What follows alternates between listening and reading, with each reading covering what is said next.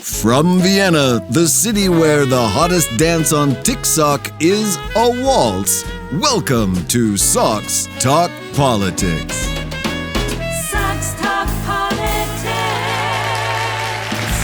Hello and welcome back to Sock's Talk Politics. How are we feeling tonight? That's exactly what I wanted to hear. As if you had already known that tonight it's time for another episode of Pure Brian Sock. Pure Brian Sock! Today we're talking about something that's been around for 5 years. However, now even socks my age have caught on. TikSock. And don't be mistaken, young people, we'll take it over just like the boomers did with FaceSock.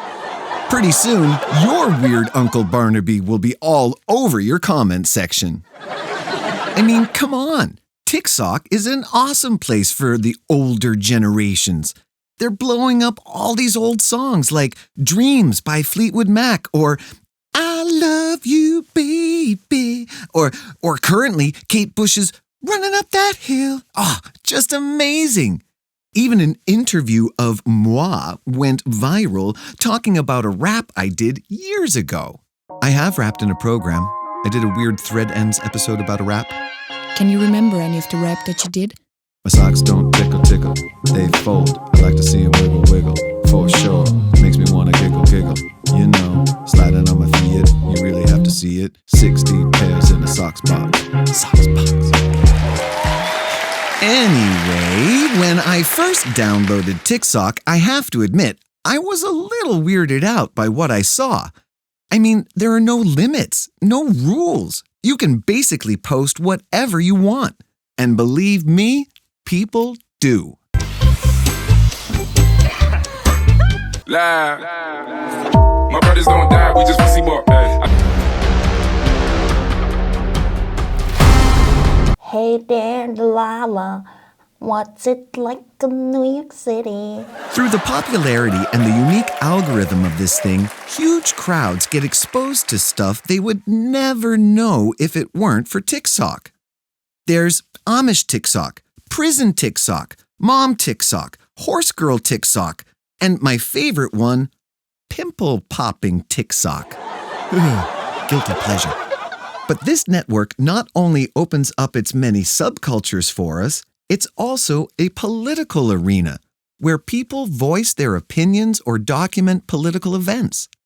TikSock isn't just a platform for dances and lip syncing anymore. Content on the war in Ukraine on TikSock outpaces that on platforms more than twice its size.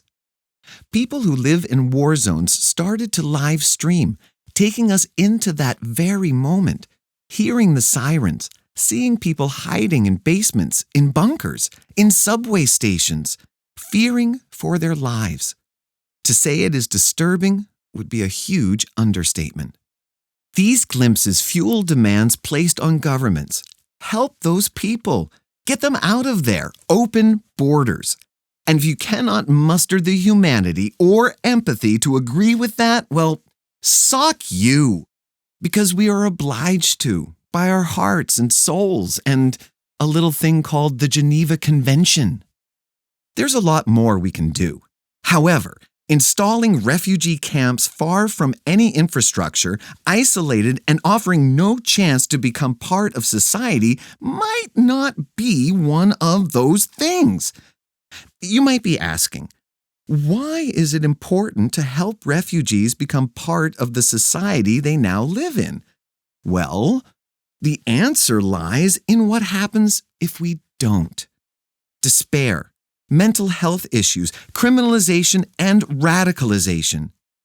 Such camps aren't designed for a long-term stay. But the thing with wars is we don't know how long they will last. We don't know when it will be safe to return. So maybe, I'm just spitballing here, but maybe sitting around and waiting to help people who have just fled hell and are hoping for a new life to begin isn't the best strategy. Maybe. The only human way is integration, as soon as possible, providing access to education, training, places of encounter, and jobs. There are many organizations which are doing just that and are proving that it works.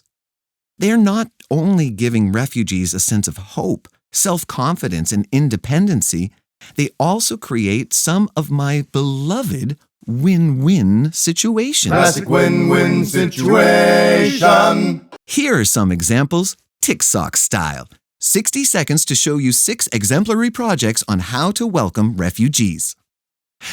The Athens Coordination Center for Migrant and Refugee Issues joins forces with NGOs, local government donors, and civil society through working committees with over 140 representatives from 50 partners. Together, they provide guidance for designing local refugee policies. Tackling the lack of care workers, Welcome at Healthcare provides refugees with access to field-specific language courses and professional training in fields such as nursing. Connected Communities is a program that supports migrants to settle quickly into London and to improve their ability to access council services in regards to navigating the system, housing, employment, parenting, and community groups. A project from Bern, Netzwerk, connects refugees with the Swiss economy. Businesses receive access to the candidate pool who are employed by Netzwerk and loaned out to companies. Pinedo United is a grassroots football team that seeks to facilitate interaction between young asylum seekers and Italian youth through sports. Integrative Housing in Munich lets young refugees share a living space with local students, supported by social workers 24/7 with an in-house cafeteria that is open to the surrounding community.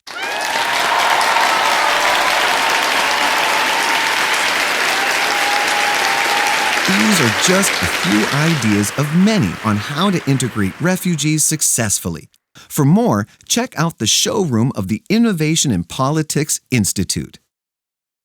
There is so much more we can do, so much we have to do, because we're obliged to, by law, and in the name of humanity. I mean, come on, we're all socks, right? Now, if you made it to this part of the video, congrats.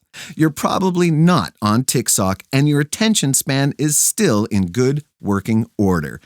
However, speaking of attention spans, have you seen the latest trending dance on TikSock? It goes something like this. Yeah. Woohoo! All right. Okay, you're right.